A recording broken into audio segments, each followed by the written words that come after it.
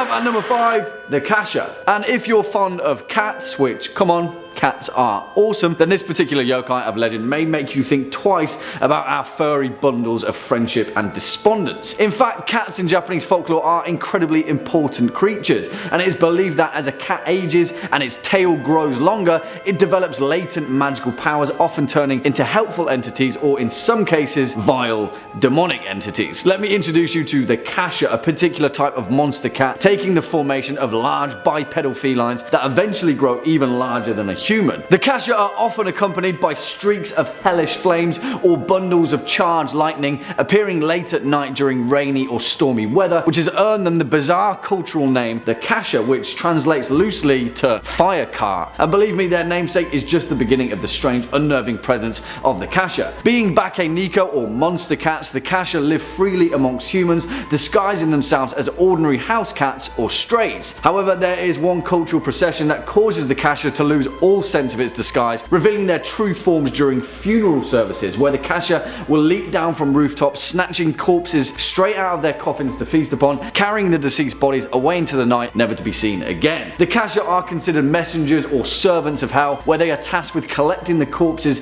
of particularly wicked humans, spiriting them away to the infernal depths for a lifetime of punishment. In some cases though, the Kasha become so addicted to feasting upon corpses that they operate solely for their own needs, stealing corpses for their own uses, reanimating them like some strange feline necromancer with an army of shambling human corpses. Yeah, the Kasha don't exactly make the best of pets. Look out. Swinging in at number 4, Makoshi Nui. And if you're ever strolling through rural Japan on a particularly quiet road, you better hope to high heaven that you don't run into this particularly terrifying monstrosity. Makoshi Nui, which literally translates to anticipating priest, is one of the most fearsome yokai in Japanese folklore, who often appear to lone travelers on empty streets or at intersections, lonely bridges, and often late at night. They appear to lone travelers as harmless traveling priests, kindly old men or monks of an average height, no taller than an ordinary person. However, if you don't perfectly anticipate the Nyuru's tricks, they can instantly become abnormally tall, often their necks growing to a massive size, revealing their long claws and hair like a wild beast, where they'll lunge forward and bite their victim's throat out with their teeth. In fact, this particular yokai is so oddly specific that the true fear of it comes from not understanding Japanese customs, by failing to understand how to defeat this strange, monstrous priest. You see, the only possible escape from the anticipating priest is to do exactly that, anticipate it, and before it can grow to its true size, you have to meet it face to face, eye to eye, showing no ounce of fear. Then you look from its head back down to its feet, and if this process is done correctly, the priest will be fully anticipated, which then causes its power to grow to a gigantic size to be sapped, where it is then said to vanish in anger, leaving the traveller to pass safely, and obviously your throat safe and sound and not bitten out by a giant old man. I mean, that's a good trick to know, right? It's pretty useful. Obviously this yokai originated from the necessity to look where you're going when travelling through the countryside, which is an important one really, because you'll never know who or what you'll bump into. Hopefully it's not the Makoshi Nui, because it's scary. Coming in at number 3, El Chupacabra. The Chupacabra is a legendary creature in Spanish folklore, with its name coming from the animal's reported habit of attacking and drinking the blood of livestock, including goats. Now its description, like most legends, varies slightly. It is purported to be a heavy creature the size of a small bear, with a row of spines reaching from the neck to the base of the tail. Some eyewitness sightings have been reported as far north as Maine and as far south as Chile, and even being spotted in countries like Russia and the Philippines. The first attack occurred in March 1995 when 8 sheep were discovered dead, each with 3 puncture wounds in the chest area and reportedly drained of blood. A few short months later, an eyewitness reported seeing the creature in the town of Canavanas, where as many as 150 farm animals and pets were reportedly killed. In 1975, similar killings in the small town of Mocha were attributed to El Vampiro de Mocha, aka the Vampire of Mocha. Initially it was suspected that the killings were committed by a satanic cult. Later more killings were reported around the island, and many farms reported loss of animal life, in turn leading them to believe the Chupacabra had something to do with it. Now the most common description of Chupacabra is that of a reptile-like creature, said to have leathery or scaly greenish grey skin and sharp spines or quills running down its back. Another common description of the Chupacabra is of a strange breed of wild dog. This form is mostly hairless and has pronounced spinal ridge, usually pronounced eye sockets, fangs and claws. Coming in at number 2, El Silbin. El Silbin, also known as the Whistler, is a legendary figure in Spanish folklore, associated typically with Los Lolanos, described as a lost soul. The legend first arose sometime in the middle of the 19th century. According to legend, the spirit is a youth who murdered and disemboweled his father for killing his wife, saying that she was a slut and that she was asking for it. Afterwards, his grandfather ordered the youth to be tied to a post in the middle of the countryside and lashed him until his back was destroyed. His wounds were then cleaned with alcohol and he was released to 2 rabid, starving dogs. However, before he was released, his grandfather condemned him to carry the bones of his father for all eternity. Now, the legend has a characteristic whistle, and it is said that when the whistling sounds close, there's no danger and the whistler is far away. But when the whistling sounds distant, it means it is nearby. It is also said that hearing the whistling foretells your own death, and you can hear it anywhere at any time. If you find yourself in that situation, the only thing that can save you is the sound of a barking dog, as it is the only thing the spirit is afraid of, that and the whip. The Whistler is also known to seek revenge on womanizers, so watch out. Now, the description has changed over time, with some versions saying that it appears as a giant of about 6 meters that moves about the treetops, creaking and emitting its chilling whistle.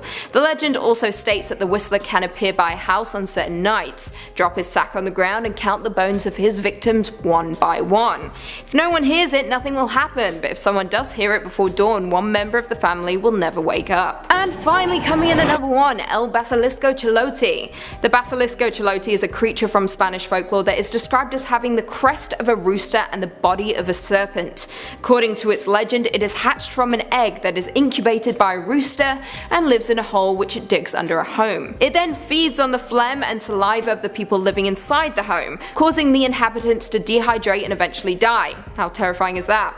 However, don't fret, there is a way to kill the Basiliscochilote. In order to do so, you must burn the egg as soon as it is laid and kill the chicken that laid the egg, to prevent further eggs from being laid.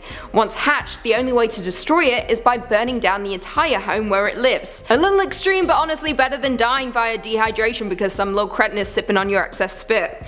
The myth itself is also based upon legends of Cola Cola and the Basilisk, but seems to borrow more from the tradition of the cockatrice, which is a mythical beast, essentially a 2-legged dragon or serpent creature with rooster's head. Kicking off at number 5, the Gang Ganga. And our first entry heads us off to Norway, Sweden and Denmark, as this particular undead revenant has been morphed and shaped into a few different depictions throughout the history of Scandinavia. Now, although the Drauga of Scandinavian legend is perhaps their most prolific of folklore abominations, and this particular entry functions in a similar way, the Gang Ganga likes to do things a little differently. Derived from the prefix gen, which roughly translates to forward or towards, and then Ganga, which is derived from a word meaning foot or walk. The Gang Ganga roughly translates to walking after death. And I needn't say no more to give you guys an idea about where this one's going, right?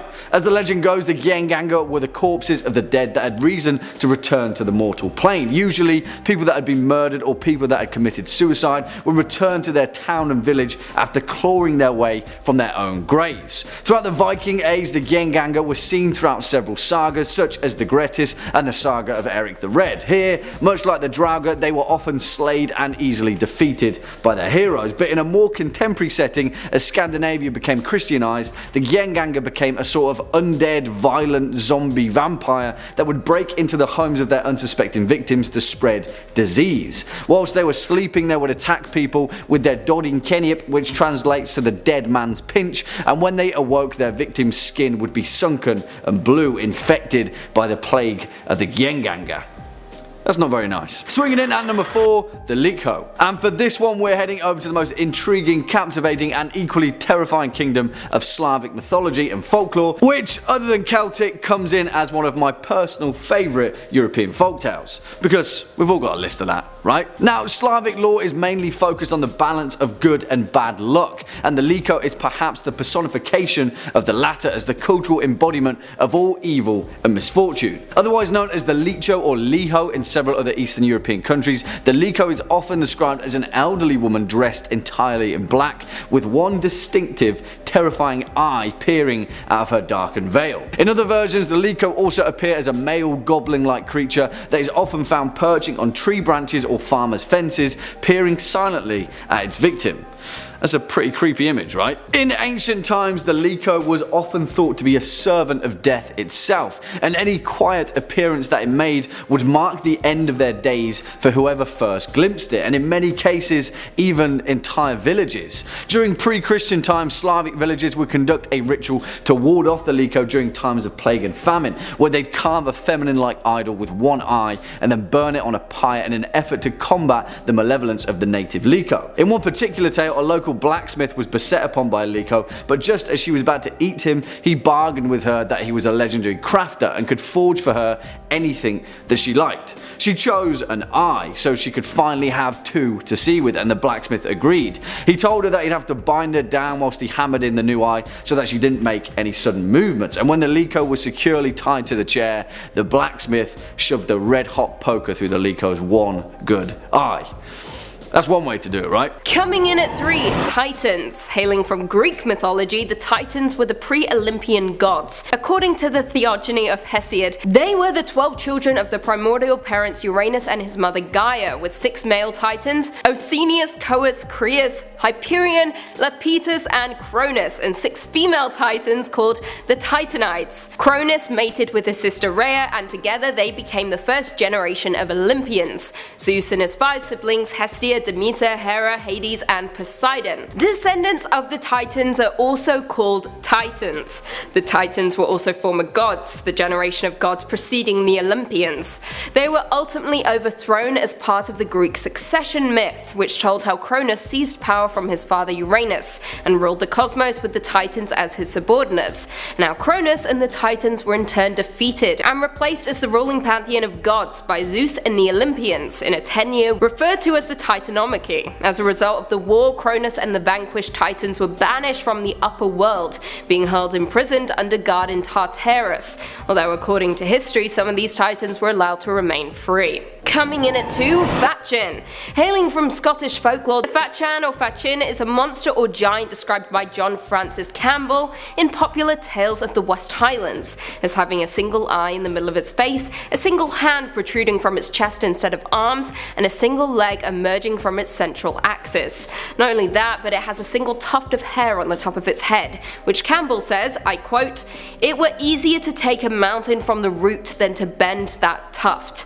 Quite the tuft indeed. However, Campbell isn't the only writer to reference the giant. Douglas Hyde did so too in his collection of Irish folklore called Beside the Fires. I quote, "He held a very thick iron flay club in his skinny hand and 20 chains out of it, and 50 apples on each chain of them, and a great venomous spell on each great apple of them, and a girdle of the skins of deer and roebuck around the thing that was his body, and one eye in the forehead of his black-faced countenance, and one bare, hard, very hairy hand coming out of his chest, and one veiny, thick-soled leg supporting him, and a close, firm, dark blue mantle of twisted, hard, thick feathers protecting his body. And surely he was more like unto devil than to man." Now, though hailing from different countries, both descriptions seem to represent branches of a common Gaelic tradition. Finally, coming in at number 1, Cacus. Hailing from Roman mythology, Cacus, meaning bad, was a fire-breathing giant and the son of Vulcan. He was ultimately killed by Hercules after terrorizing the Aventine Hill before the founding of Rome. However, let's go back. Cacus lived in a cave in Italy on the future site of Rome. To survive, he feasted on the flesh of humans and would nail the heads of victims to the doors of his cave. Now, like I said, he would later be defeated by Hercules, and according to Evander, Hercules stopped to pasture the cattle he had stolen from Geryon near Cacus's lair. As Hercules slept, the giant took a liking to the cattle and stole 8 of them, 4 bulls and 4 cows, dragging them by their tails so as to leave a trail in the wrong direction. When Hercules awoke, the remaining cattle made suggestive noises towards the cave, so Hercules, now angry, stormed towards the cave, and a terrified Cacus blocked the entrance with a vast, immovable boulder, so Hercules quite literally tore off the top of the mountain to reach him. Cacus responded with spewing fire and smoke, while Hercules attacked with tree branches and rocks the size of millstones. Hercules eventually leapt into the cave, aiming for the area where the smoke was heaviest, and grabbed Cacus, strangling the monster to death. According to Virgil in Book 8 of the Aeneid, Hercules grasped Caicus so tightly that his eyes popped out and there was no blood left in his throat. Yikes. Coming in at number 5, Cyclops. I mean, we can't have a giant creature list without including one of the most infamous giants in history, Cyclops. Hailing from Greek mythology and then later Roman mythology, the Cyclops were giant one-eyed creatures who can be distinguished in 3 groups. In Hesiod's Theogony, they're the brothers Brontes, Steropus, and Argus, I think, who provided Zeus with his weapon, the Thunderbolt. In Homer's Odyssey, they are an uncivilized group of shepherds, the brethren of Polyphemus encountered by Odysseus. Cyclopses were also famous as the builders of the Cyclopean walls of Mycenae and Tyrannus. For the sake of avoiding confusion, let's focus our attention to the Homeric Cyclopses. In an episode of Homer's Odyssey, the hero Odysseus encounters the Cyclops Polyphemus, the son of Poseidon, a one-eyed man-eating giant who lives with his fellow Cyclopses in a distant land. They live in the world of men rather than among the gods. Homeric Cyclopses are presented as uncivilized shepherds, savages, and have no regard for Zeus. They live solitary lives and have no government. They are said to be inhospitable to strangers, slaughtering and eating all who come to their land. Coming in at number 4, Corb, or the Fomorians. The Fomorians are a supernatural race in Irish mythology, often portrayed as hostile and monstrous beings who come from under the sea or the earth. However, later they were portrayed as giants and sea raiders and enemies of Ireland's first settlers. They appear to have once been gods who represent the harmful or destructive powers of nature, personifications of chaos, darkness, death, blight, and drought. In Old and Middle Irish, the race is typically called the Fomor or Fomori, with an individual member being called a Fomor. They are often regarded as malevolent spirits dwelling underwater and in the nether regions of the earth, before later being portrayed as the aforementioned sea raiders. This was heavily influenced by the Viking raids on Ireland that were taking place during this time. Oftentimes they were depicted as having the body of a man and the head of a goat, and according to an 11th century book, they are said to have one eye, one arm, and one leg. Next up at number 3, Yuki Onor, which makes up one of the many honor of Japanese yokai, women who personify the magical properties of nature and the power of the elements, whilst also personifying the malevolence of perturbed spirits that seek vengeance on the living. Yuki Onor is perhaps the most deadly of them all, the snow woman that lives deep in mountain passes, appearing anywhere that there is heavy and dense snowfall. The Yuki Onor prey on travelers that are lost in the heavy snowstorms that often blanket the Japanese Alps during the dark heart of winter. Without a doubt, the Yuki Onor possesses an otherworldly beauty with long black hair and piercing eyes coloured in a deep violet. Their skin is ageless, as smooth as porcelain and as white as snow. Their body is as cold as ice, and just a mere touch or the brush of a hand is enough to give a passerby a deep, unshakable chill. The Yuki Onor feeds solely on human life force, often sucking it from their mouths and breathing it into them with an icy breath that then freezes their victims solid, encasing them in a tomb of ice. There are many tales of the Yuki Onor taking the life force of her victims out in the snowy mountain regions of Japan, but perhaps the most bizarre instance is that the Yuki Onor sometimes fall in love with their intended prey, letting them go free and then taking them as their husbands. In some cases, as supernatural beings that never age, their husbands usually wisen up to the fact that they've unwittingly married an ice queen, where upon discovery the Yuki Onor will go on a rage-fueled rampage and break into the homes of all their neighbouring villagers, flash freezing every single soul in sight and leaving the village forever encased in an icy tomb. Yeah, you can't really win with this one. Coming up at number 2, Kurobuzu, and this one is pretty damn vile, and by function alone, the Kurobuzu is perhaps one of the most terrifying yokai in the whole of Japanese folklore, and there's not much that you can do to combat it either. Literally translating to black monk, a Kurobuzu is a dark, shadowy yokai of pure dark energy that roughly resembles a bald-headed Buddhist monk. However, those that glimpse the Kurobuzu often find its appearance to be vague and difficult to describe or make out. Its entire body is black and it wears black robes made of pure shadow. Its face resembles that of a wild beast with pointed teeth and thin slits for eyes. And here's the worst part. The Kurobuzu has a long putrid tongue that it uses to lick its victims in a process that slowly poisons them whilst they sleep, often over a period of days and weeks of repeated visits. And once it's latched onto you, there's not a lot they can do about it, really. The Kurobuzu haunt built up areas such as cities and towns and thrive where there are humans. They only ever come at night, sneaking into houses whilst everyone inside sleeps. sleeps, although they're smelt before they're ever seen. A Kurobuzu reeks of rotting fish and vile garbage,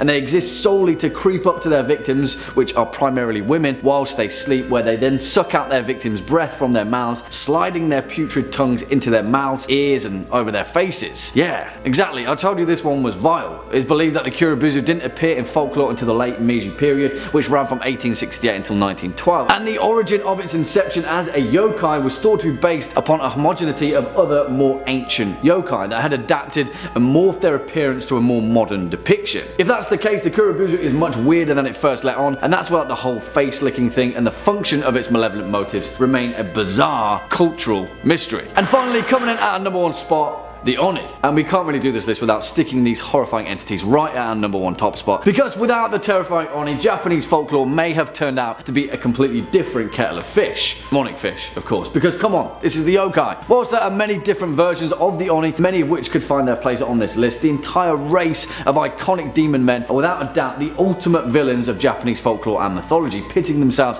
eternally against the forces of mankind. In fact, originally all of the spirits, ghosts, and monsters of the yokai were referred to as Oni, where the root of its name means hidden or concealed, written alongside the Chinese character for ghost. Gradually though, as the canon of yokai folklore expanded, the Oni were reserved only for the male demons that are born after truly wicked humans die. The Oni are created when an evil human soul ends up in one of the many Buddhist houses, where they then transform into the Oni, ogreish and brutal servants of the great lord Enma, ruler of the infernal underworld. Now, unlike the familiar demons of Abrahamic mythology, the Oni that are more wicked than their other evil brethren are bound to remain on Earth to terrorize the living. This is where the Oni of legend take their many different forms, as the fact of the matter remains that no 2 Oni are the same. Although that's not to say that they don't have their familiarities. The Oni have crimson red or dark blue skin, wild beast-like hair, at least 2 horns and fang-like tusks that protrude from their jaws. The Oni wear loincloths made from the pelts of great beasts that they feasted upon, as these demons are extremely strong and capable hunters, and in many cases the Oni that remain on Earth are also incredibly powerful sorcerers. Perhaps the most famous of all Oni is Shutenduji, the demon lord that was killed by the brave hero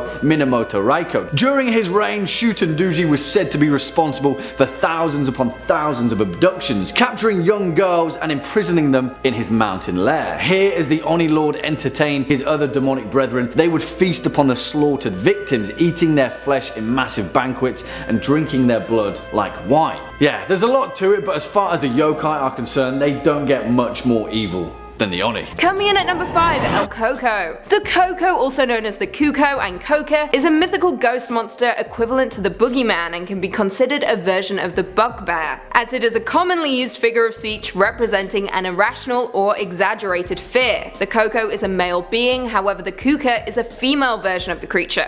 Now in Spain, Portugal and Latin America, parents sometimes invoke the Coco or Cuca as a way of discouraging their children from misbehaving. They will sing lullabies or tell rhymes to warn their children that if they don't obey their parents, Coco will come and get them and eat them. Serves them right. I quote, "Sleep child, sleep now, else Coco comes and will eat you." However, it is not the way Coco looks that scares children, but what it does. Like I said, it is a child eater and a kidnapper. It may immediately devour the child, leaving no trace, or it may spirit the child away to a place of no return, but it only does this to disobedient children, which is a damn shame. It represents the opposite of a guardian angel and is frequently compared to the devil. There is no general depiction of the Coco as far as facial or body descriptions, but it is stated that this shape-shifting being is terrifying to look at, often described as a shapeless figure, sometimes a hairy monster that hides in closets or under beds and eats children that misbehave when they are told to go to bed. Coming in at number 4, El Duende. A duende is a creature hailing from Spanish folklore that is reportedly somewhat human, with the term duende translating to possessor of a house, and was originally conceptualized as a mischievous spirit inhabiting a house. Now in some cultures, duendes are believed to be helpers of people who get lost in the forest so they can find their way home. However, in some legends, duendes are known as gnome-like creatures who live inside the walls of homes, especially in the bedroom walls of young children. always comes back to the children. They then attempt to clip the toenails of unkempt children, often leading to the mistaken removal of an entire toe. Now, the belief in Duende are mostly found in the mossy cloud forests and mountain ranges. Like I said before though, the legend varies throughout different cultures, with some describing the Duende as beings of small stature wearing big hats, whistling a mystical song while walking in the forest. Using their talent, they then lure young boys and girls to the forest, resulting in them losing their way home. Next up at number 3, Faeth. And whilst this particular entry may perhaps be a little familiar to you, it nonetheless still holds its own as one of the most intriguing cases of ancient folklore colliding with the modern era. In Scottish folklore, the Faeth, otherwise known in Scots as Amphiliath Moor, or otherwise known as the Big Grey Man of Ben Macdui, this creature is said to haunt the summit and mountain passes of Ben Macdui, the highest peak in the Cairngorms and the second highest peak in the whole of the British Isles. Obviously, down to his incredibly remote residence, few encounters with the Grey Man have occurred in folklore, but those who witnessed him described it as an impossibly tall figure, covered head to toe in short hair, surrounded by a strange, uneasy fog. As word of the Grey Man passed throughout the Highlands, remarks about hearing a strange, otherworldly howl began to find their way into folklore, and it is often thought that the Grey Man was a part of a grouping of grey people. In fact, as you may have managed to piece together, culturally, the Grey Man of Ben Macdui has been the strongest correlation to the Native American folklore of the Sasquatch, all the way at the top of a mountain in Scotland. Who knew? The thing is though, although the ancient lore of the Highlands told tales about the strange giant folk that lived at the top of the peaks of the Cairngorms, this particular folktale still regularly emerges in recent times. In fact, dozens of contemporary figures have cited the Grey Man, with notable encounters beginning in 1891 and the most recent being back in 1958. You see, many climbers across the Cairngorms regularly warn of running into the Grey Man to this day, and the legend of the Faeth seemingly still lives on. Next up at number 2, Kosai the Immortal. And this guy is equal parts horrifying and equal parts comically awesome. And in fact, Kosai the Immortal, also known as Kosai the Deathless, is one of the most prolific figures in Russian and Slavic folklore, often filling the role of the big bad archetypal male antagonist to many of their mythologies and cautionary tales. Kosai the Immortal serves as the masculine counterpart to the terrifying Baba Yaga, the woods witch that roams the wild in her hut built upon the legs of a giant chicken. Isn't folklore awesome? Although Kosai is a malevolent, formless entity, he often appears as a gaunt, bony, grizzled old wizard with a long grey beard clutching a sharp, serpentine dagger. In many folk tales, Kosai was depicted as riding naked throughout the wild on the back of a giant white stallion, searching for young women to kidnap and take back to his evil citadel in the dark parts of the wilderness. The thing is though, although his origins are relatively unknown, the most common proponent of Kosai's lore is the spell that he cast upon himself to make himself immortal. As the legend goes, Kosai the Immortal has buried his soul inside a series of nested objects that he has hidden far away on a remote island. On the island stands a tall oak tree, and at the bottom of the oak tree is a large oak chest. Buried inside the chest is a large hare, and within the hare is the corpse of a duck, and within the duck is an egg, and hidden within the egg is a tiny needle that contains Kosai's soul. Throughout Slavic legend, no one even came close to figuring out where his soul was hidden, and because of that he was free to continue his malevolent reign for all eternity.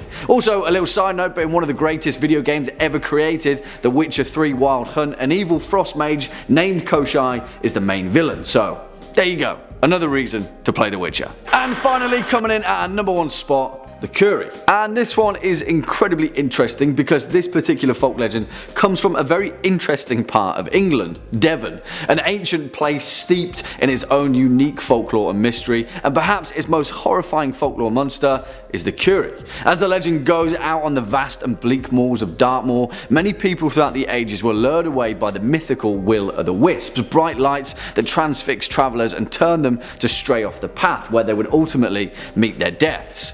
By those ancient graves, a strange dark demonic creature known as a Cury would manifest, where it would wait for passers-by and then latch on to their necks. Once the Cury had you over the course of several weeks, it would slowly convince you that it was real by whispering violent and evil thoughts into your ear. Sometimes you would dream of its existence, and as you dreamt, you'd feel a cold touch on the back of your neck. Gradually over time, its presence would start to become more and more apparent, and at night it would grab your leg, it would attack you in your dreams, It would change the face of your family members when you were talking to them into a dark, twisted vision of itself. The Cury is a creation of pure evil, and it would never make itself known to anyone else, forcing you to question your own sanity. And that's when the Cury had you. As you pled to be let go, it would start bargaining with you, and it will promise you that if you return to the graves on the moors, you'll be free from its evil grasp and the torment will be over. Well, of course, once you did that, the Cury would tell you that the grave is just a few steps further, but eventually, of course, you'd never reach your destination, and eventually your body would succumb to exhaustion out on the moors as the Cury kept you alive long enough to watch your body deteriorate in the elements, where a new grave would form for the next victim. Yeah, if you're ever in Devon, guys, steer clear of the moors at night.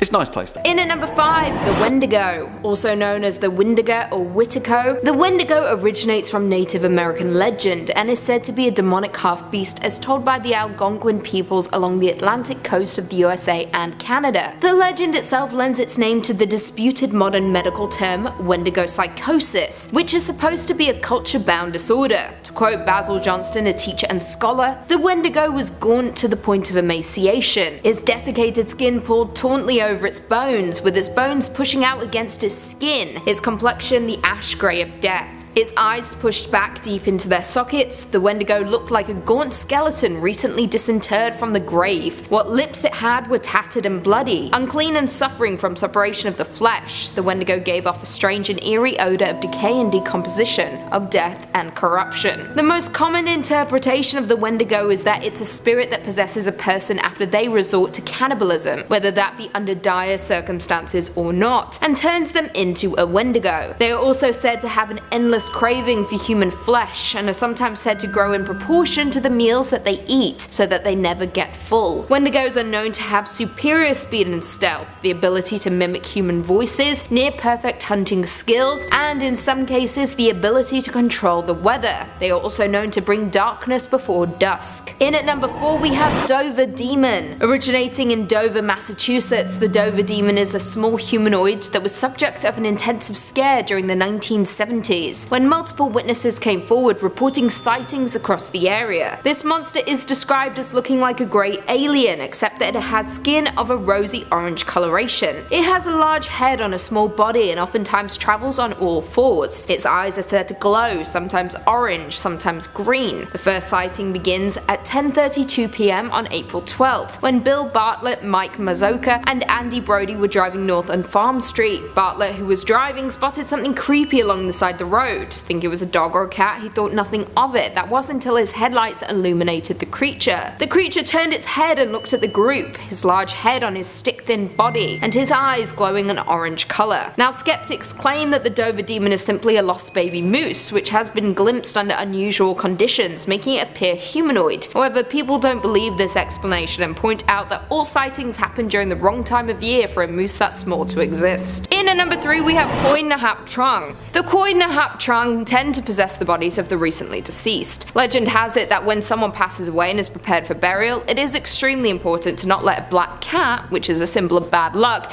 leap over the coffin. If that does happen, then the body of the deceased will be infested by evil spirits, which then turns into Koi Nahap Trung and chases the living. Other stories claim Koi Nahap Trung are spirits of the dead who prey on the frail, dying people seeking to consume their souls and steal their bodies so they can indulge in earthly pleasures. Older victims are much easier to manipulate and possess, and they are close enough to death even when they do end up passing away. The Koi Nahap Trung stays in their bodies and can live on in that body, enjoy their life on earth. When it inhabits the elderly, they seem to appear reinvigorated but also start to act strangely. Some of the weird things these revived humans do are they ask for lots of food, and very specific foods to feed on, like raw blood and even living animals. These odd behaviours are mistaken for signs of recovery, which why Koi Nahap Trung can live among the living normally for a few days or even weeks before people start noticing the strange behaviour. Obviously this person is already dead and their body is taken over and possessed by this demon, and the only way for the Koi Nahap Trung to exit the body is by an exorcism, and then once the evil spirit is expelled, the body will immediately show signs of decay, as if it's been dead for days. Some believe that this legend is exaggerated accounts of the incidents where someone is wrongfully declared dead and wakes up suddenly during their funeral, which is terrifying. In at number 2, Marle. Marle is said to be one of the most terrifying creatures in the Vietnamese folklore. By daytime they are said to walk among us disguised as women, usually looking young, very beautiful, and often appearing tired. I'm always tired. At night, though, it's said that their heads detach from their bodies. They are seen dragging bloody organs alongside them and float around to feast on flesh, organs, and other rancid items. It is also believed that someone whose excrement is consumed by a Marle is cursed with eternal hunger and will eventually die of starvation no matter how much they eat. When sunrise comes, they must return to their human body again, otherwise they'll be burned to death by the sunlight. So the easiest way to vanquish a Marle is to hide their desired body so that she can't reattach her head. Apparently, the Marle story originated from when a woman, believed to be cursed, engaged in various sins and fraudulent activities during her previous life. Then after she died, her sins caused her to be reborn as a horrific demon who lives off dead animals, their organs, excrement, and garbage. There have been many different sightings throughout the 21st century, including strange red lights floating up and down a field in 2016, and then again in 2016 villagers saw strange green and red lights rising up and down in the distance, and people thought it was the Marle due to her glowing appearance when she floats through the night. There have also been videos and pictures seen all over social media believing to be the Marle, showing glowing figures hovering around the night sky and eyewitnesses capturing these sightings, and people have no explanation for them. Similar creatures as the Marle can be seen in the folklore of many other Southeast Asian countries including Malaysia, Thailand, and Cambodia, where they are known as the other names such as Arp, Krasu, or Penangel, but they all relate back to Marle. And finally, in at number 1 we have Thant Trung.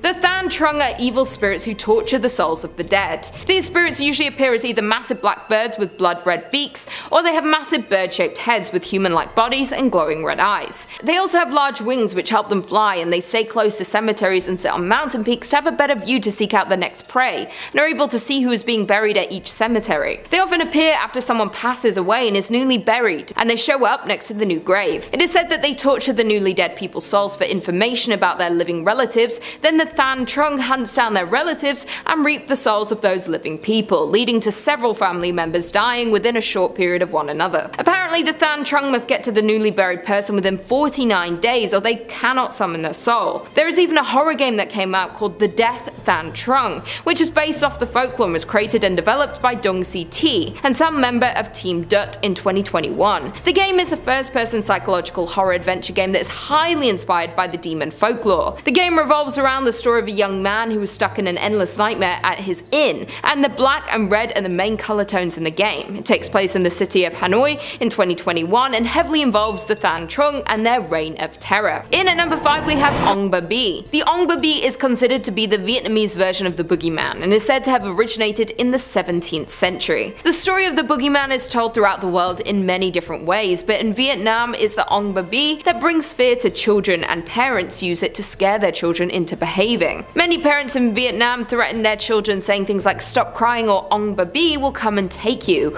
or "eat your broccoli" or "I'll call Ong Babi." The boogeyman in general doesn't have any specific appearance, and conceptions vary drastically by household and culture. But the Ong Babi is described as an old, rugged man carrying 3 sacks, has 12 eyes, and he likes to kidnap naughty children using and putting them into his sack. When looking at the personality traits of the boogeyman, they are divided into 3 categories. One being the kind that punishes misbehaved children, the kind that are more prone to violence, and the kind that protect the innocent. They all relate in the same way, being that they all exist to teach young children lessons. And that's why the boogeyman is directly related to Ong Babi, because they are both there to frighten children with punishment and to steal them at night and sometimes even eat them. The Ong Babi only ever comes at night and only kidnaps the children who are misbehaving and not listening to their parents. This so-called mythical creature is said to be invented by parents in order to scare children when they are disobedient and scaring them into having good behavior. Another account says that it was invented based on events happening in the 17th century when starvation ran rapid through Vietnam, and it drove many people into kidnapping children to sell for food, and the Ong Babi is based on those events. Whichever the case, many know these tales regardless of where you're from, and the story of Ong Babi is told by parents to children to this day and is a very fearsome figure to children in Vietnam. Coming in at number 4 we have Madar. Children living in areas close to the river are warned about Madar, which are vengeful spirits who lurk in the bodies of water. They're believed to be the souls of drowned victims that tend to have a childlike appearance, and they manifest as bloated corpses with weeds for hair. It's believed these souls died in torment and they cannot find peace peace and can only be reincarnated if there is another to take their place. The Madar roam in lakes and rivers waiting to drag down unsuspecting swimmers, but it's believed that this is most likely made up to warn children to not go swimming unsupervised because many fatal water-related accidents are very common in Vietnam. Many happenings and stories of the Madar come from the infamous Tu Lich, otherwise known as the Cursed River. Back in September 2001, while working to take out some of the excessive mud and trash buildup in the river, a construction team uncovered several wooden piles arranged in a strange formation, including ceramic relics, metal utensils, and even bones from human skeletons. The odd occurrence even made headlines on many different newspapers at the time but had eventually died down. Several years later in 2007, the happenings came up again when Mr. Nijin Hung Kwang, the leader of the construction team, recounting many misfortunes that had happened to him and others who were related to the project since 2001. Some of the things that happened to these men included experiencing nightmares in which they were haunted by ghosts, feelings of being drowned, as well as health issues such as epileptic seizures and other accidents happening to the men's families. Mr. Nunjian even invited a monk to perform a ritual to lift the curse on the river, but the attempt was unsuccessful, and the monk died shortly after visiting. In at number 3 we have Baba Yaga. Hailing from Slavic folklore, the Baba Yaga is a supernatural being or witch that takes on the form of an old hideous woman. In some stories she is said to fly around in a mortar, wielding a pestle and dwelling deep in the forest inside a hut that is said to stand on chicken legs. Baba Yaga has become one of the most memorable and distinctive figures in European folklore. In certain stories it is said that Baba Yaga may help or hinder those who encounter her or seek her out. In others she is known to kidnap children, threatening to eat them. In fact, many tales of witches living in houses made of candy or cake were named Baba Yaga. In some stories, heroes would venture into the wilderness to seek out help of Baba Yaga, asking for her advice or assistance in completing a quest. Sometimes she played the role of an antagonist, while other times she was a source of guidance. No matter the story, she always drives a hard bargain and will set out her conditions in terms of the agreement. All of her verbal contracts allow her the right to eat anyone who was later unable or unwilling to fulfill their end of the deal. Coming in at number 2, Dullahan. The Dullahan, also known as the Headless Horseman, is a type of fae originating from Irish folklore. It is said that this sinister being appears as either a man or a woman riding atop a black horse, but the rider has no head upon their shoulders. Instead, it is carried under their arm. It is also said that the head appears dead and rotten with a demonic grin spread across its face from ear to ear. The Dullahan is also known to carry a whip made from a human spine, and sometimes pulls a wagon which is adorned with funeral objects. According to legend, around midnight on certain Irish festivals or feast days, the Dullahan may be observed riding a dark and snorting steed across the countryside. Storyteller from the Mourne Mountains once recounted his experience with the monster, stating, "I seen the Dullahan myself stepping on the brow of the hill between the Bryansford and Moneyscalp late one evening, just as the sun was setting. It was completely headless, but it held up its own head in its hand, and I heard it call out a name. I put my hands across my ears in case the name was my own, so I couldn't hear what it said. When I looked again, it was gone, but shortly afterwards there was a bad car accident on that very hill, and a young man was killed. It had been his name that the Dullahan was calling." Now it is said when the Dullahan stops riding, that is where a person is due to die, and when a Dullahan calls out the person's name, the person immediately perishes. There is no way to block the road against a Dullahan. All locks and gates are open to them when they approach. They are however frightened of gold, and even a single gold pin can drive a Dullahan away. And finally, coming in at number 1, we have Techi. Hailing from Japan, Techi is a malevolent ghost/demon similar to that of the infamous Kuchisaka Honor, or the slit-mouthed woman. Techi was originally a human who was bullied and in some stories assaulted, resulting in her jumping off a train platform onto the tracks and getting cut in half by the oncoming train.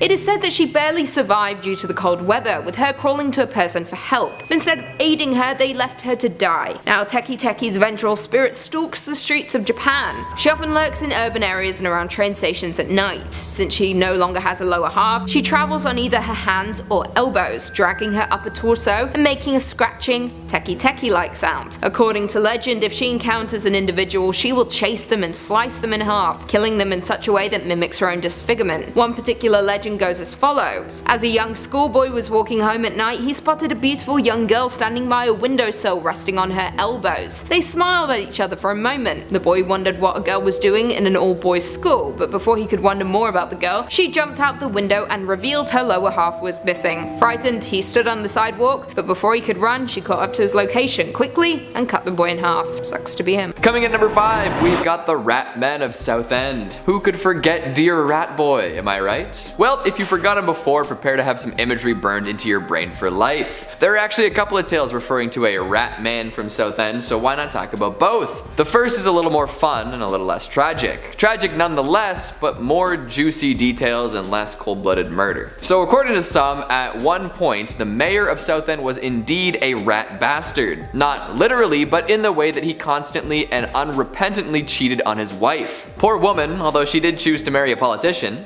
So as divine punishment for this mayor's consistent adultery, his son was born with a rat face and a long tail. This did not sit well with the social climbing couple, but what could they do? For a while they would feed their son the only thing he craved: meat. This rat boy would chow down on raw flesh like nobody else. Eventually they realized they couldn't possibly raise a meat-eating rat lad in full view of the public, so the mayor had an underpass with secret chambers built just for his rat son. And for the rest of his days, Rat Boy lived in the dank, dark underpass, attempting escape and scaring anyone who dared pass through. He eventually grew into a rat man in his own right, and even killed a few folks for food. The legend persists, with some night tours insisting that they stroll the underpass in case he decides to come out at night. Yeesh. The second story has more to do with the man and also rats, but I'll tell it anyway. Apparently there was an old man also living below an underpass. He had no belongings save for his clothes and a blanket, and he did his best to stay hidden away. However, one day a group of rowdy teenagers came across this man and mercilessly beat him. Once he was incapacitated, they stole his blanket and left him to die in the cold. Unable to move due to his injuries, the man eventually did succumb to hypothermia. Following his death, hundreds of rats emerged from the shadows to consume his lifeless body. Thus began the legend of the Rat Man, consumed by the scurrying dark masses that plague the city. Some say that you can still hear strange scrabbly noises near that underpass. Could it be the descendants of those rats looking for more human flesh? Or maybe it's the ghost of the Rat Man himself, crawling around, disemboweled and confused. Coming in number 4, we've got fairy dogs. Doesn't that just sound lovely? Like a little dachshund puppy with little Tinkerbell wings? Well, that is not what these fairies are like. Of course, the fairies that folks see in Disney movies are much friendlier than the ones from folklore. Fairies of legend are often mischievous, looking to cause trouble in best case scenarios and trying to ruin people in harsher cases. So it stands to reason that fairy dogs might not be so sociable. No belly rubs or ear scratches will make these fearsome canines friendly. See, there's an idea out there that crossroads are the door to another world. If you make the wrong choice or linger too long, you might find yourself staring down a fairy, a demon, or a god. Not necessarily what the average person wants, you know? These otherworldly beings usually live their lives unseen and unsensed by us, but at crossroads their actions might become more apparent. Some crossroads might even feature a fairy dog or two. These four-legged fiends guard the entrance. They're known for glowing bright green, making sure you don't mistake them for a regular dog. And if you see one, it's best to turn around. They'll bark twice as a warning. Alright, 2, remember that. And don't worry if you think you might miss one of these barks, they're as loud and commanding as they come. But if you do not heed this warning and the dog gets out a third bark, you are doomed. Sure, good things come in threes, just not this time. Hey guys, if you're liking the video so far, make sure to give it a big thumbs up, it really helps us with the algorithm. On with the list. Coming in at number 3, we've got Tsuchigumo. Monsters have been mashed for as long as we can remember, and it's not always a graveyard smash, mind you. Sometimes it's the combination of many real, living creatures to make something extra nightmarish. Manticores, chimeras, ligers. Maybe that last one is real, but I bounce between Napoleon Dynamite and Joe Exotic for opinions on the mystical status of a But I bounce between Napoleon Dynamite and Joe Exotic for opinions on the mystical status of a lion-tiger crossbreed. Back to the Tsuchigumo though. This is a beast with the body of a tiger, the limbs of a spider, and the face of a demon. Part real mammal, part real, albeit much smaller arachnid, part mythical monster. Hell yeah, I want to fight this in a video game. But if I'm not behind an LCD screen with a super powerful video game avatar, I don't think I'd ever want to cross one of these. Apparently Tsuchigumo were known for eating travelers as they made their way across the countryside. In the remote fields, no one can hear you scream. 1 or 2 traveling morsels wasn't enough either. In one tale, a powerful warrior took one down and sliced it open. You know, to loot the body. We're back in the video game world, of course. And inside, there were 1,990 skulls. 10 shy of 2,000. That's a prolific people eater. Coming in at number 2, we've got Jorogumo. If you've ever seen the Spookies, you'll know that the best monster in the ridiculous mishmash is a spider woman. Now, the monster who drains the puppeteer dry and the Jorogumo aren't identical, but they do share the 2 major components of spider women. The spider part and the woman part. Deep analysis, I know. But getting trapped in a sticky web and having all your fluids drained, not fun. In fact, it sounds like a terrible time. For some. I feel like maybe some people might enjoy it. This is why arachnid gals are the worst. The Jorogumo is an ancient creature with depictions dating all the way back to the Edo period in Japan. Its upper half is that of a beautiful woman, while the lower half is hairy spider legs. We've all been there, right? It will lure men to a shack in the middle of nowhere, snare their prey in a web, and then eat them alive. Apparently, when a spider hits year 400, it gains magical transformative powers. I don't know what kinds of spiders usually live that long, but who am I to judge a creature with that much longevity? I probably won't make it till 50. In addition to some Jorogumo using their feminine charm to trap men, there are also versions that will manipulate good folks before devouring them. These spider women will show up with what seems to be a baby, begging for help. Soft-hearted people spring at the opportunity to help this poor mother and end up being torn apart by thousands of freshly hatched spider babies. You ever seen a spider nest ready to burst? Oh, no, no, no, no. And finally, at number 1, we've got the Tete,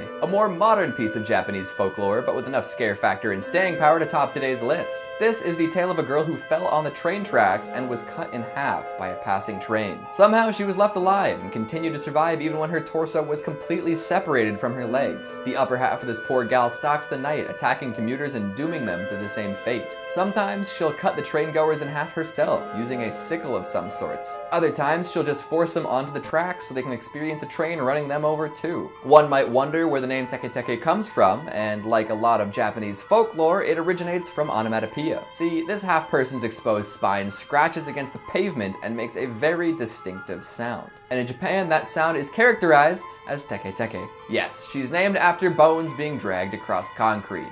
That's hardcore. More than probably any of the other entries on this list, Teke makes regular appearances in horror movies, manga, and anime.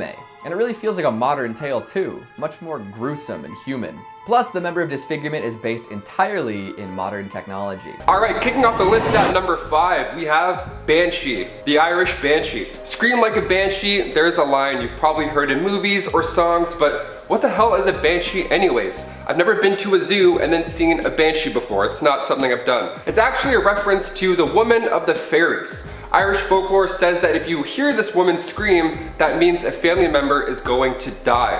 What a harsh and gruesome warning. The Irish Banshee is said to live in the forest, but she still is connected to you. Okay, so the scream, her scream, can be heard from very far away. So yeah, it's a warning, a terrifying warning that's pretty loud. You're not gonna miss it. It's said that each family has their own banshee, which is the interesting part. She has a different appearance for each family, so there's not one specific look for her. I mean, some accounts report her to be super tall and lanky, like moi, where other reports have been between, 1 to 4 feet.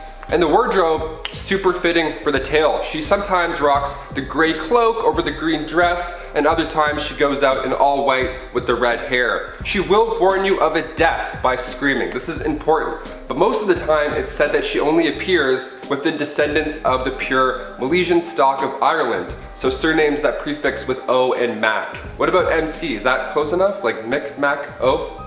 Am I cool? Am I good?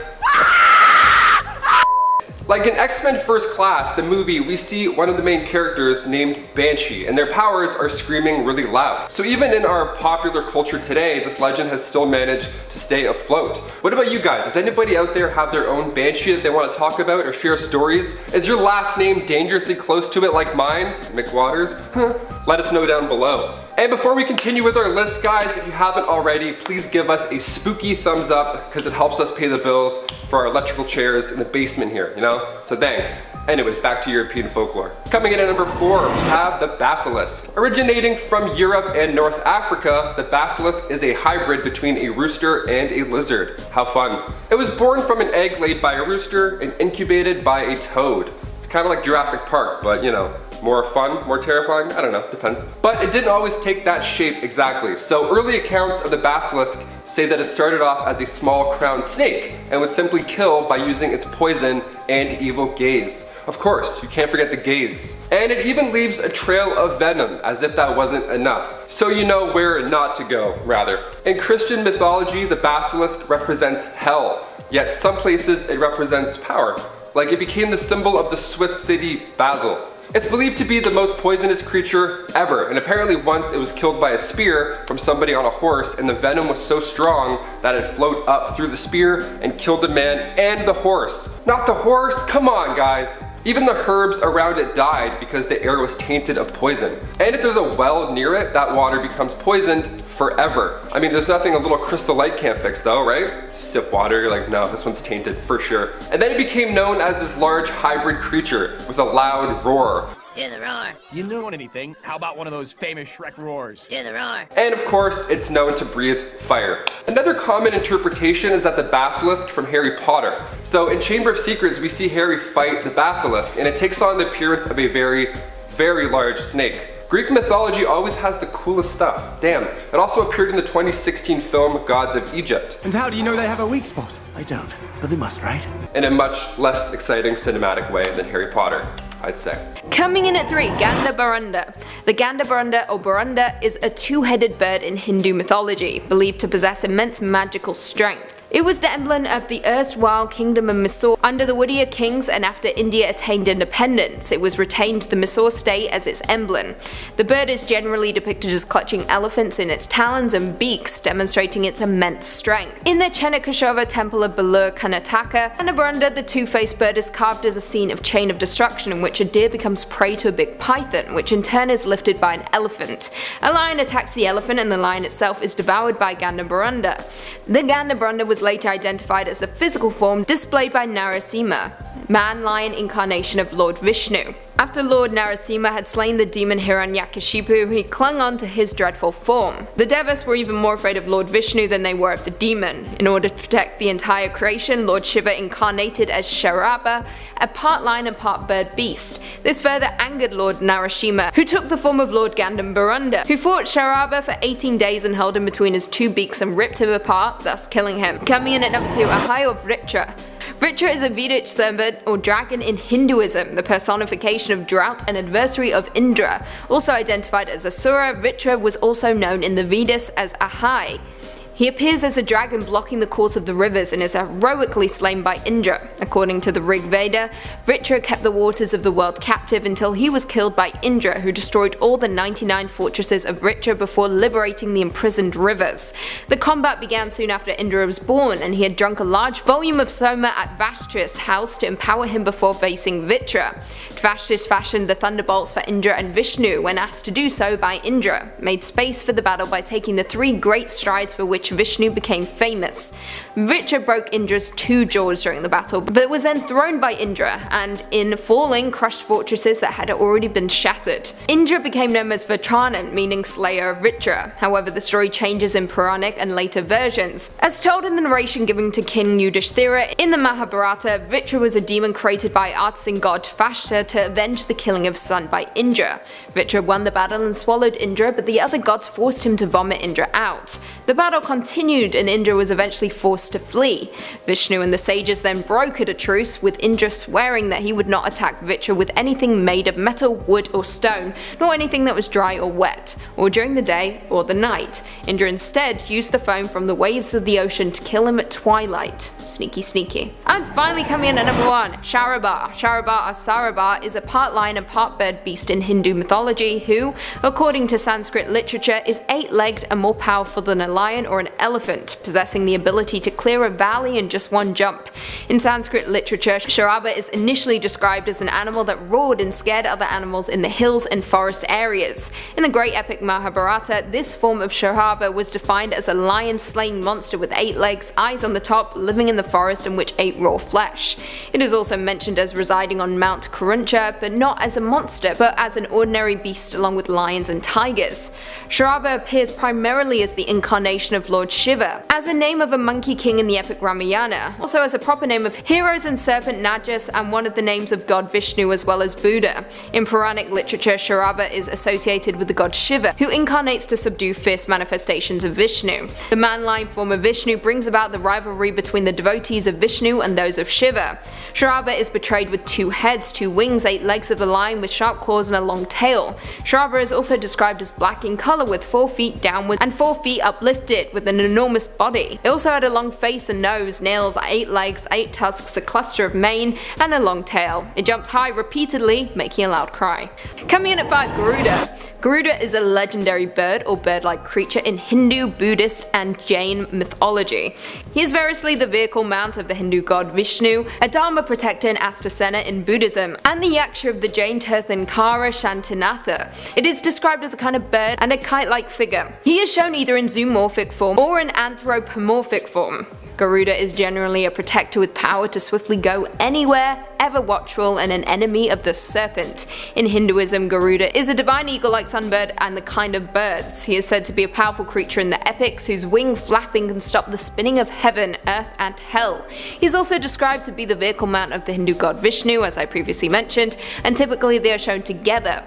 Garuda's links to Vishnu, the Hindu god who fights injustice and destroys evil in his various avatars to preserve Dharma, had made him an iconic symbol of king's duty and power, an insignia of royalty or Dharma. His eagle-like form is shown either alone or with Vishnu, signifying divine approval of the power of the state.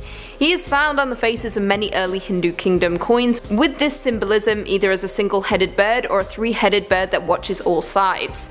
Throughout the Mahabharata, Garuda is invoked as a symbol of impetuous violent force or speed and of martial prowess. Coming in at 4, Makara. Makara is a legendary sea creature in Hindu mythology. In Hindu astrology, Makara is equivalent to the zodiac sign Capricorn, which is my sign.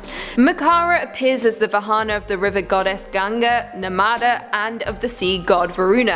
Makara are considered guardians of gateways and thresholds, protecting throne rooms as well as entryways to temples. It is the most commonly recurring creature in Hindu and Buddhist temple iconography, and also frequently appears as a gargoyle or as a spout attached to a natural spring.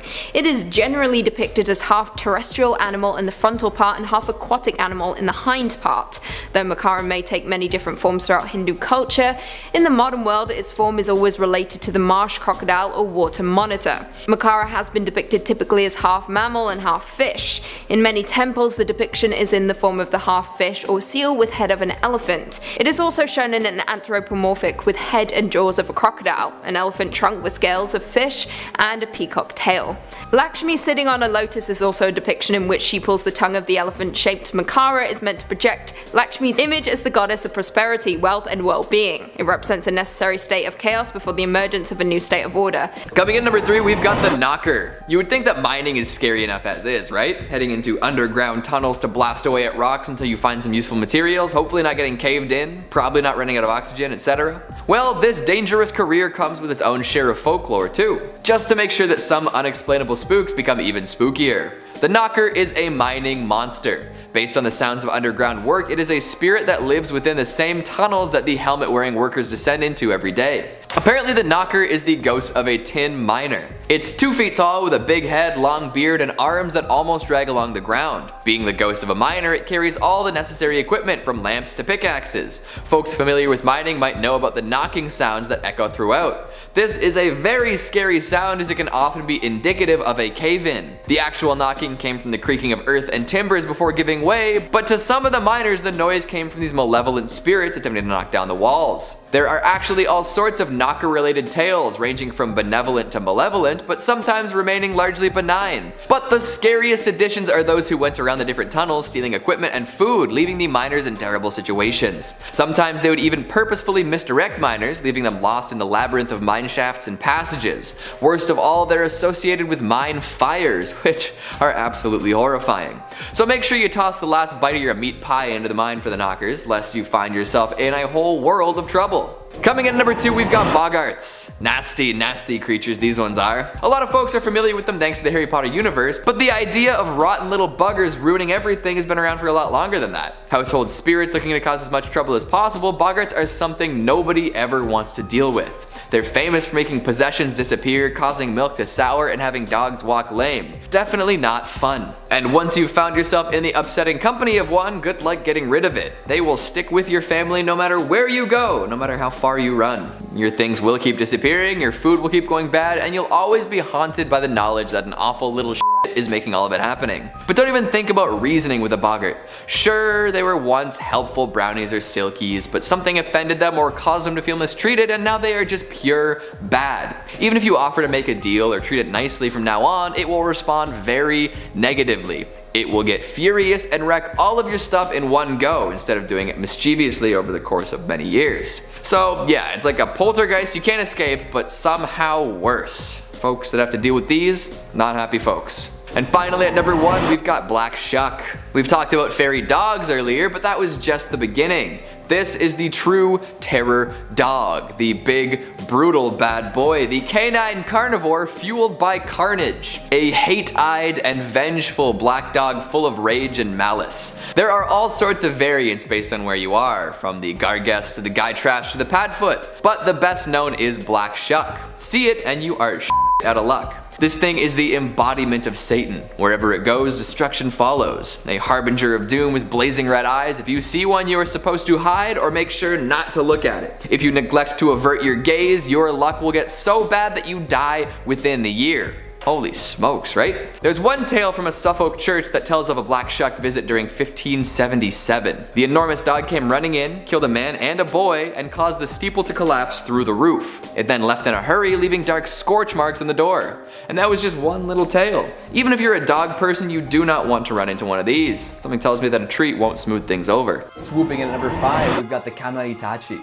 You like your limbs, right? You'd rather they didn't fly off in the blink of an eye? Well, then you'd be best to avoid these wind weasels as best you can. Also known as the sickle weasel, the Kamaitachi usually roams around on whirlwinds in groups of 3. Sometimes they're brothers, sometimes even triplets, but the trio aspect is pretty much immovable. These little fuzzy flayers like to run around and cut people's legs off. At the ankles or calves is the usual choice, but you never know. Their method of slicing and dicing is pretty ubiquitous. The first weasel will knock the victim down, the second will come through with a sickle and slice the leg off, then the third and final fellow will run through, sew up the wounds, and put some numbing medicine on the newly stumpified leg. This all happens so fast most folks don't even notice their legs are gone until they're staring up at the clouds. Blink and you'll miss it. At first the numbing agent makes it so there's no pain, but that will wear off eventually, and then you'll get to deal with the pain of having your legs hacked off and sewn up by a tiny mammal. Coming in at number 4, we've got Hyosube. Okay, are you ready for my quick description of this? You sure? Alright, this is an eggplant stealing filth goblin. Doesn't that sound just wonderful? These short, hairy, dirty, humanoid things run around like they own the place and kill a whole bunch of folks as a result. If you see one,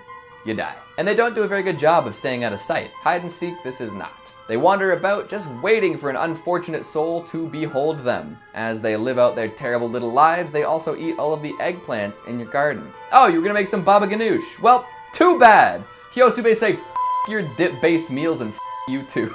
All of the aubergines get consumed and they trample the fields for good measure. The jerks. The only way to avoid accidentally seeing one is to leave out some prime eggplants for them, and even this is hit and miss. For some reason, eating your crops and ruining your fields isn't enough, and Hyosube also like to use your bathtub. And like I mentioned earlier, they're very dirty little creatures. They're known for leaving behind ridiculous amounts of filth, like hair, dirt, and scum. To me, finding somebody else's filth in my bathroom is about an 8 out of 10 on the heebie-jeebies scale. So this is absolutely life-altering information. And by the way, you can't throw out the bathwater or it'll just kill you anyway. Honestly, I think I'd rather die than having to live with a tub full of goblin stink for the rest of my tenure. And coming in at number 3, we have the Gang Ganga. Making its origins in Norway and Denmark, there have been many different depictions of the Gang Ganga, of course. Always so many depictions. The most popular being that of a spirit or ghost of the recently deceased. Now, that just sounds like any ghost in general, right? But what makes the Gang Ganga stand out is that its name translates to against or towards, and also a footwalker. So the name itself also implies to walking after death. People who committed suicide were usually the ones who came back as a Gang Ganga. Or perhaps before they passed away, there was something else that they had to do in order to be at peace, so they went back to do that. Whatever the case may be, the Gang Ganga usually needs assistance from somebody in the living world. Now that's where things get a bit spookier. See, in Scandinavian tradition, the Gang Ganga isn't a malicious or evil entity, just a spirit that comes back to say, what's up, you know, how you guys doing? How's dinner? Are you still cooking? Awesome, when it disappears. Whereas other traditions, it's like a violent thing. You know, you didn't want a loved one coming back in this form. It was malicious. Relatives actually went the extra mile to make sure that your grave was properly sealed to avoid this. or else you would get the dead man's pinch. Now the dead man's pinch, no, it's not a Pirates of the Caribbean movie, and it sounds pretty scary, but you don't want to be on the receiving end of the dead man's pinch. It happens when you're asleep, because when you wake up, your skin would be blue and sunken, you know? Usually being attacked in your sleep means that you shouldn't be resting near a certain area. So maybe you're too close to a graveyard or too close to like these mountains. I mean, just throw a sign up, that works too. You don't have to pinch or bite any of us. So this undead zombie vampire combo would also break into your homes to spread disease. How fun. 6 feet apart, guys, come on, read the thing. Wear masks, space out. The tradition of the Gang Ganga traces back to the early Viking ages as well, believe it or not. They're present in many of the Icelandic sagas, such as the saga of Eric the Red, taking the form of a mortal creature, and then Grendir is also said to have slayed the Gang Ganga with his sword.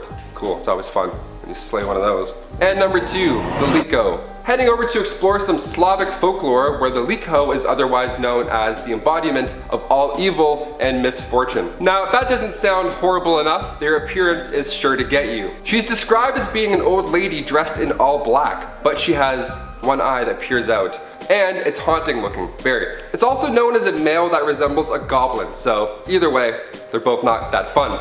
My personal favorite tale of the Liko is that some said it's taller than trees, like it's a Cyclops almost, which is great. So what's the point of the Liko? Why the late night strolls bestowing bad fortune? Well, the Liko, and I'll keep saying Liko because I can't read, the Liko is known to be the servant of death. So during pre-Christian times, villages would conduct these rituals during times of epidemic, and a female-like idol would be built to be used as kindle to ignite a sacrificial fire. They thought, hey, if we destroy a version of it in the fire, then the epidemic would be dispelled. Then, of course, later on, it was linked to bad luck and death. The Liko is said to stalk its victims by perching on a fence or in a tree, just watching you from afar. And in many fairy tales, it's said that the Liko would jump onto your back and have its hands on you so tightly that even if you flailed around, it wouldn't let go. And while it was biting your neck, people would try and run into a body of water, hoping that it would drown, or at least let go. I mean, come on. And that wasn't the case. This was often the cause of their untimely death. See, the Liko doesn't cause their victim to drown, but death is usually the result of the victim trying to get rid of it. So it makes it look like it's your fault in a way. There is a tale of a blacksmith who encountered the Liko and made a pretty wild deal. So as the Liko was preparing to eat the blacksmith, he offers to craft anything the creature wants. So, of course, she asks for another eye, a new eye. The blacksmith insisted that the Liko be strapped down during this, because if she moved while the eye was being hammered in, it just wouldn't work out, right? It would make it worse, if anything. So once she was strapped down, the blacksmith took a red hot poker and jabbed her other eye out. That's crazy, that's like some Bruce Willis stuff right there. The blacksmith escaped by pretending to be a sheep, so the Liko didn't notice him when all the sheep had left the shed. Gotta love those handy sheepskin coats laying around. And coming in at number 1, Fear Liath, the big gray man, and no, I don't mean Gandalf. Also known as Fear Liath More, this one comes from Scottish mythology, and it's probably one that you've heard of in one way or another. It's known as a possible guardian of another dimension. Coming in at superhuman size, its dreadful presence can cause suicidal thoughts. The big gray man of Ben Macdui is said to be a distant cousin or somehow related to Bigfoot. That's why they look so big and hairy and similar. As they share similar appearances, of course, the mountain Ben Macdu is home to this fantastic beast that you don't want to find. Many glimpses of the Fear Liath have been stated that it's blurry, kind of like how all the photo evidence we have of Bigfoot is blurry itself. Many believe the cameras simply just weren't good enough to capture a clear image, but the blurry feature is said to be part of its ghostly nature. See, it's this tall, sinister, blurry gray creature. Science argues the existence of the Fear Liath, saying that the appearances of the creature are simply an illusion caused by atmospheric conditions atop high mountains, where the shadows of somebody can be cast far away and look like this large giant phantom. So this ape creature has also been beloved to the missing link in our evolution. People think this is like the half man, half ape right in the middle thing. What do you guys think? The shadow of death itself, or just the shadow of Fred the mountain hiker? Which one? One of the common feelings you get when being in the presence of Fear Liath is dread and panic. Now, many believe that this happens when you're climbing a mountain and there's not enough oxygen getting to your brain. That plus the anxieties of being on a mountain thousands of feet in the air, your brain will play tricks on you. But some tales are too convincing. One of the earliest sightings took place back in 1890 by John Norman Collie, a respected scientist and explorer who was walking in cairngorms, and a heavy mist appeared as he arrived atop of Ben Macdui Mountain. This fog reduced his visibility, and he didn't talk about his experience for 35 years. That's a long time to keep a secret. That's wild. He heard footsteps behind him crunching that didn't match his own walking pace. And then he described this creature that he saw. It was large with broad shoulders, over 10 feet tall, with long waving arms. He also said it had an olive-like complexion, or rather covered in short brown hair. But in majority of these cases, the creature is only heard or sensed. So if you're thinking of grabbing a Polaroid and hitting the slopes, you won't be too lucky. Kicking off at number 5. The Questing Beast. And what better place to begin our folkloric journey than with the ultimate adversary of all things monster hunting in the long history of the British Isles, the Questing Beast. And yeah, whilst the name may be a dead giveaway, in folklore there is perhaps no other creature that is quite as bizarre as this one. Otherwise known as the Beaglatistion or the Barking Beast, this particular creature is a key monster in Arthurian legend, and in the forgotten days of King Arthur's Britain, his Knights of the Round Table, most prominently Sir Palomides and Sir Percival, made it their quest to hunt this thing down. As the legend goes, this strange creature had the head and neck of a snake, the body of a leopard, the haunches of a lion, and the cloven feet of a hart. The name, primarily Beastlatation, comes from the great noise that it emits from its belly, a barking noise that allegedly sounded like 30 couple hounds questing. Bizarrely enough though, the legend of the Questing Beast is allegedly a variant of the mythological medieval view on giraffes. Do with that information as you will, but yeah, that's anyone's guess. Perhaps the most memorable appearance of the Questing Beast in Arthurian legend was in Thomas Malory's Le Morte d'Arthur, where after he had an affair with his half-sister Morgan, they didn't know they were related at the time, just FYI, the Questing Beast appears to Arthur in a disturbing vision drinking from a clear and still pool. In that same dream, he sees a prophecy that foretells Mordred's destruction of Camelot, and he then intertwines the two. Later on, Merlin reveals to Arthur that the Questing Beast was actually born of a human woman, a princess who lusted after her own brother. Sound familiar? While in the legend told by Merlin, eventually the brother was sentenced to death by their own father and was torn to shreds by rabid dogs, the same sound that the Questing Beast made. Essentially, Arthur saw his own near downfall in a dream, and the Questing Beast was the result of that. Yeah, exactly. Star Wars ain't got nothing on this. Swinging in at number 4, the Darug Dua. As William Congreve wrote in his 1697 play The Morning Bride, nor hell a fury like a woman scorned. The Darug Dua is perhaps Ireland's most tragic and fearsome tale of that fact, one that is still whispered at grave sites and burials to this day. Surprisingly enough, in terms of horror, the Darug Dua is perhaps a lot more recognisable than we may have first imagined. In fact, loosely meaning red blood sucker, this terrifying visage of folklore horror is the closest that Celtic mythology has come to detailing the archetypal vampire. As the legend goes, thousands of years ago, she was a legendary beauty with blood-red lips and pale blonde hair, and her true name has since been lost to the ages, overshadowed by the folklore villain she became. As kind as she was beautiful, the Darug Dua was the envy of every clan in Ireland, and suitors lined up to win her hand in marriage. As fate would have it though, this sweet-natured girl fell in love with a local peasant, an equally handsome man who was kind and well-natured too, but alas, he was penniless. Eventually, the girl's father instead agreed for an old and violently cruel man to marry her, securing a fortune in the process. He kept her locked in a tower and had an affinity for making her bleed. Day after day, he tortured her, locked away in a tower cell, while she waited in vain for the kind peasant boy to somehow come and rescue her. That hope alone kept her alive for many months, but one day, when all hope was gone, she took her own life. As the legend tells it, the Darug Dua is buried in a small churchyard near Strongbow's Tree in the southeast of Ireland. But that wasn't the end of her. In death, she rose from the earth that same night she was buried, driven mad by the half-remembered visions of her own blood welling on her own skin, thirsty for revenge. As they tell it, every night the Darug Dua rises as the red blood drinker, hunting down young men in a blind and natural revenge. She calls to them in a strange, haunting siren song that lingers in their mind as they sleep, where they eventually follow her to a grave and she feasts on them. The Darug Dua is as tragic as it is violent, and it's a cautionary tale that leaves little to be desired. Coming in at 3, Black Shuck. Also known as Old Shook, Old Shock, or simply Shook, this is the name given to an East Anglian ghostly black dog which is said to roam the coastline and countryside of East Anglia, one of the many ghostly black dogs recorded in folklore across the British Isles. Accounts of Black Shook form part of the folklore of Norfolk, Suffolk, Cambridgeshire Fens, and Essex. Now, the description of Black Shook varies in both shape and size, from that of a large dog to being the size of a calf or a horse.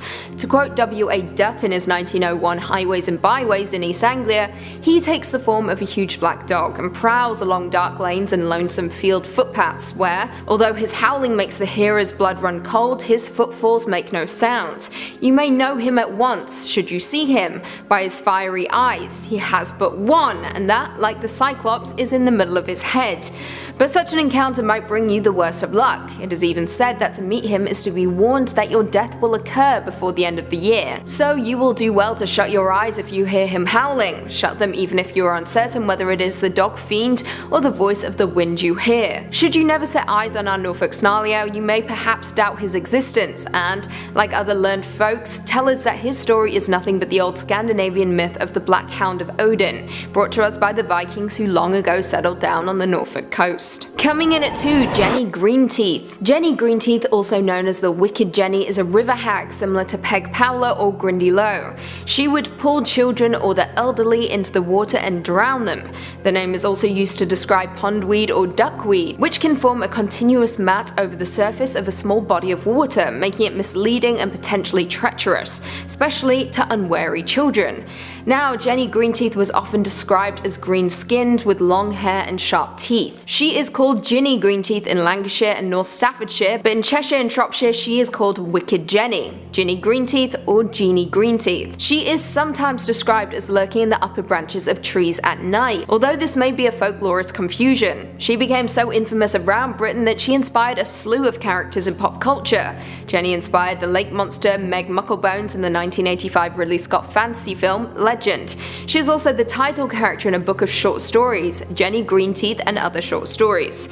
She is also the main subject of a poem Welsh Maiden by Joel Hayway. She also appears in a number of Dungeons & Dragons adventure modules, including DDEX01 Tales Treat Hell, DDAL0401 Suits of the Mist, DDAL0406 The Ghost, and DDAL0414 The Dark Lord. And finally, coming in at number 1, Beast of Bodmin Moor. In British folklore, the Beast of Bodmin Moor, also known as the Beast of Bodmin, is a phantom wildcat purported to live in Cornwall, England, United Kingdom.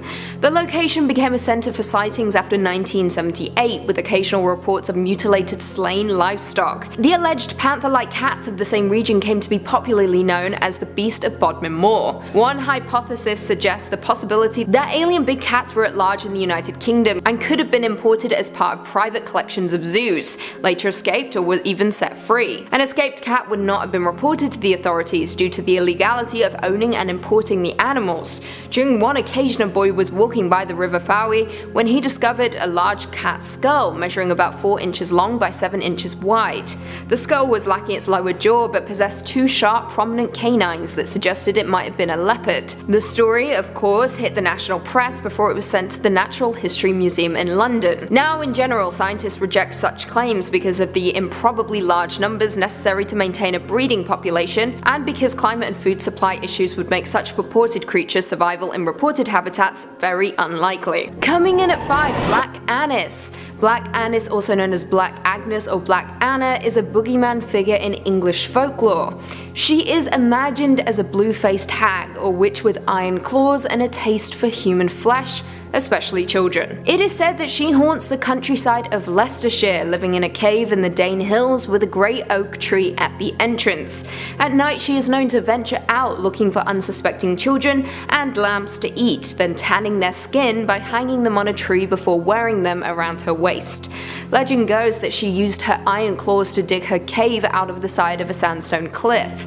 making herself a home there which is now referred to as Black Annis Bower Close. This legend actually led to parents warning their children that Black Annis would come and get them if they did not behave. She was also known to hide in the branches of her oak tree waiting to leap upon unsuspecting prey. Now in other traditions it is said that Black Annis would grind her teeth, which folks would hear, giving them time to bolt their doors and keep away from the window, otherwise she would reach in and snatch them. It is also said that cottages in Leicestershire were built with small windows to deter Black Annis. She could only reach one arm inside. Coming in at 4, Changeling. A changeling is a human-like creature found in folklore throughout Europe, particularly British folklore. It was believed that a changeling was a fairy child that had been left in place of a human child stolen by the fairies. A changeling is typically identifiable via a number of traits. A fairy child may appear sickly and won't grow in size like a normal child, and may have notable physical characteristics such as a beard or long teeth. Now, to quote D.L. Ashelman, a human child might be taken due to many factors: to act as a servant, the love of a human child, or malice.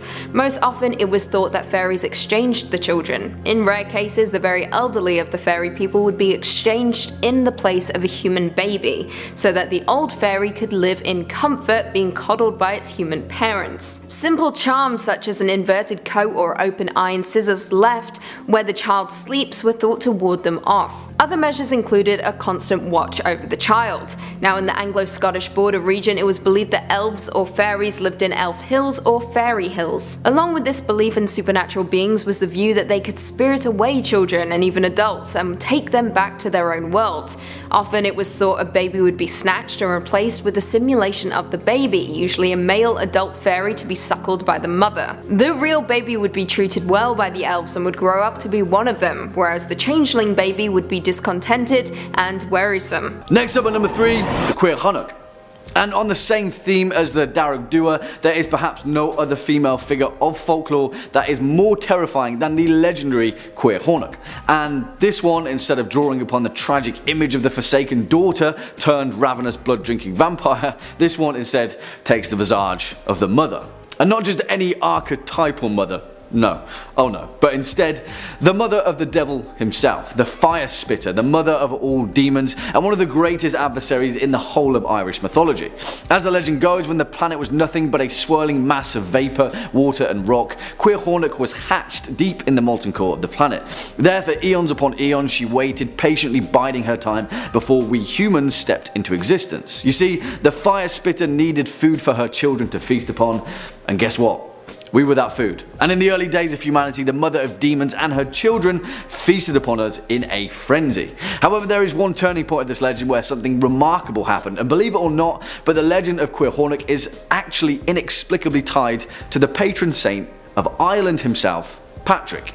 Well, he went by Patricius back then, but still. Strangely enough, when the legend of St. Patrick is attributed to his removal of all of the snakes from Ireland in some folkloric canons, those very same snakes are instead the fire spitter and her children. As the legend goes, Patrick had traced Cuireannach's home back to the cave on Station Island, which also allegedly served as a portal to Hell. There they battled for 2 days and 2 nights before the fire spitter retreated through the swamps and poisoned all of the wells on her way.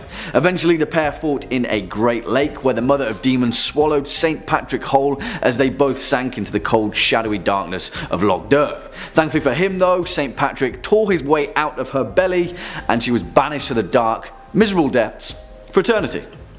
Thank you very much, St. Patrick. Coming in at number 2, the Changeling.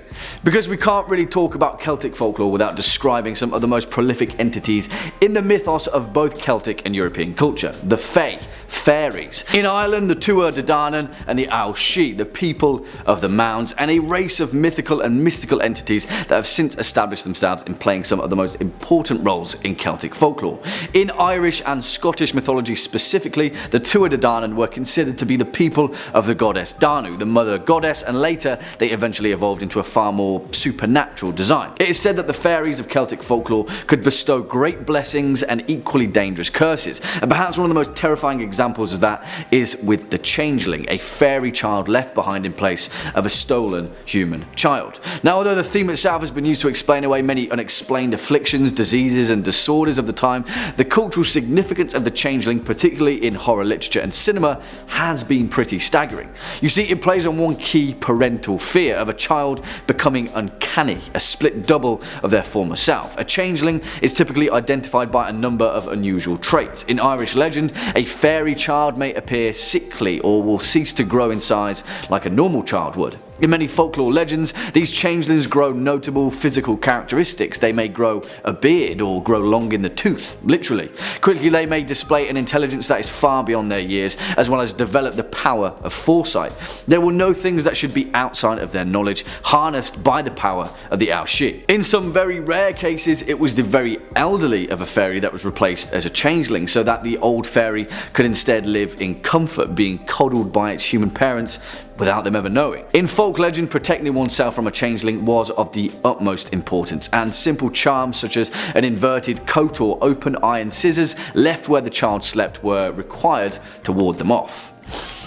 Beware the changeling, that's all I can say. And finally, coming in at number 1 spot, Balor. And truth be told, we can't really have any other creation of folklore as our number 1 spot. Balor, the big bad baddie of Celtic mythology, is a figure that features most proficiently in the mythos of Irish and Scottish folklore. Whereas on the one hand we have the mythical Tuatha Dé Danann, on the other we have the Fomorians, a supernatural race of monstrosities who shamble their way from the bowels of the earth to wreak havoc on we humans and engage in an eternal battle with the Fae.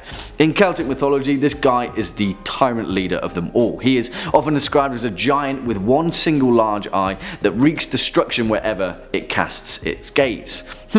Where have we heard that one before? Perhaps derived from the common Celtic word Balaros, meaning the deadly one, Balor is the be-all and end-all of destruction and devastation in the ancient history of the British Isles. Believed to be the personification of blight and drought, it was written in prophecy that Balor would eventually be slain by his own grandson, Lug, who would become the storm god of Celtic mythology and bring an end to the suffering that Balor wrought. From his fortress on Tory Island, in many myths and legends, Balor is described as a giant eye at the top of a tower that when opened carves a path of destruction in its wake. As many legends tell it, once open, it could destroy entire armies with a single glance. Although in many other instances Balor is a humanoid figure that walks beside men, as some folklorists described, he had a single eye in his forehead, a venomous fiery eye. There were always 7 coverings over this eye, and one by one Balor removed them. With the first, the bracken began to wither, with the second the grass became copper coloured, with the third the woods and the timber began to heat, with the fourth